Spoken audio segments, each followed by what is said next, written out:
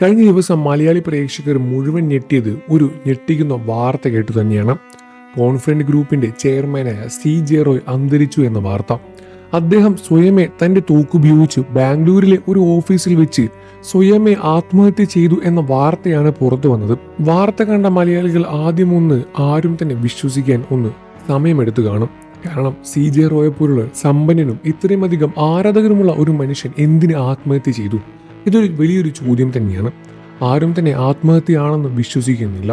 അദ്ദേഹം ഇത്രയും വലിയൊരു കടുങ്കൈ ചെയ്യുമെന്ന് ആരും പ്രതീക്ഷിച്ചിട്ടുമില്ല. ഇപ്പോൾ അദ്ദേഹത്തിന്റെ മരണം വെറും ആത്മഹത്യയല്ല, കൊലപാതകമാണ് എന്ന് വാദിച്ച് രാഹുൽ ഈശ്വർ രംഗത്ത് വന്നിരിക്കുന്നു. കൊലപാതകം എന്ന് പറയുമ്പോൾ ഒരാൾ വെടിവെച്ചു കൊന്നു എന്നല്ല അർത്ഥം. പക്ഷേ ഒരുപാട് ഏജൻസികളുടെ കളിയാണ് ഇതിനിടയിൽ നടന്നിരിക്കുന്നത് എന്നാണ് രാഹുൽ ഈശ്വർ തുറന്നു പറഞ്ഞിരിക്കുന്നത്. ഒരുപാട് ഏജൻസികൾ ഇതിനിടയിൽ കളിക്കുന്നുണ്ട്. പലരുടെയും മനുഷ്യരുടെ ജീവന് പോലും ഇത്രയധികം ഭീഷണിയുള്ള കാര്യങ്ങളാണ് നടന്നുകൊണ്ടിരിക്കുന്നത്. CJ റോയെ പോലുള്ള ഒരു സമ്പന്നൻ ഇത് പെട്ടിരിക്കണം എന്നിരുന്നെങ്കിൽ മറ്റു എത്ര പേർ ഇതുപോലെ കുടുങ്ങിക്കാണും. മലയാളികളെ മുഴുവൻ ഞെട്ടിച്ച ഈ ഒരു വാർത്തയിലൂടെ തന്നെ ഇത് വലിയ രൂപത്തിൽ തന്നെ പുറത്തു വരികയാണ്. അദ്ദേഹത്തിന്റെ ജീവിതത്തിൽ സംഭവിച്ച കാര്യങ്ങളെല്ലാം തന്നെ മലയാളി പ്രേക്ഷകർക്ക് വളരെയധികം നന്നായി അറിയാൻ സാധിക്കും. അദ്ദേഹം വളരെ നല്ലൊരു മനുഷ്യനാണ് എന്നും അദ്ദേഹം തൻ്റെ കൂടെയുള്ളവരെയോ അല്ലാത്തവരെയോ ഒന്നും തന്നെ ഇന്നേ വരെ കൈവിട്ടിട്ടില്ല. സാമ്പത്തികമായും മാനസികമായും എല്ലാം തന്നെ അദ്ദേഹം വളരെയധികം സമാധാനം നൽകിയിട്ടുണ്ട്. അദ്ദേഹത്തിന്റെ വിയോഗ വാർത്ത കേട്ട മലയാളികൾ എല്ലാവർക്കും വളരെയധികം സങ്കടം തന്നെയാണുള്ളത്.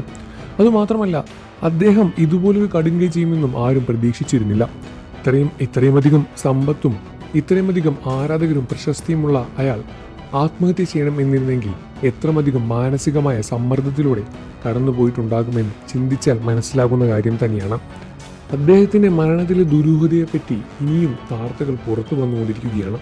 അദ്ദേഹം എന്തിനാണിത് ചെയ്തതോ എന്നും വ്യക്തമായ കാരണമോ എങ്ങനെയാണ് ചെയ്തത് എന്ന വ്യക്തമായ ഡീറ്റെയിൽസോ ഇന്നേ വരെ പുറത്തു വന്ന് മുഴുവനായി കിട്ടിയിട്ടില്ല എന്ന് തന്നെയാണ് സത്യം. എന്നിരുന്നാലും ആരാധകരും ഒരുപാട് മലയാളികളും ഇതിനിടെ ചോദിച്ചുകൊണ്ടേയിരിക്കുകയാണ്, എന്തിന് അദ്ദേഹം ഈ ഒരു കടുങ്കൈ ചെയ്തു എന്നത്. അതിന് ഉത്തരം എന്ന് ലഭിക്കും എന്ന പ്രതീക്ഷയോടെ കാത്തിരിക്കുകയാണ് മലയാളികൾ. നിങ്ങൾക്ക് എന്താണ് തോന്നുന്നത് എന്ന കാര്യം വീഡിയോയ്ക്ക് താഴെ കമന്റ് ചെയ്ത് പറയുക. വാർത്തകളും വിശേഷവും എത്രയും പെട്ടെന്ന് അറിയാൻ നമ്മുടെ വീഡിയോ ഒന്ന് ലൈക്ക് ചെയ്ത് ചാനൽ ഒന്ന് സബ്സ്ക്രൈബ് ചെയ്ത് സപ്പോർട്ട് ചെയ്യണം ഫ്രണ്ട്സ്.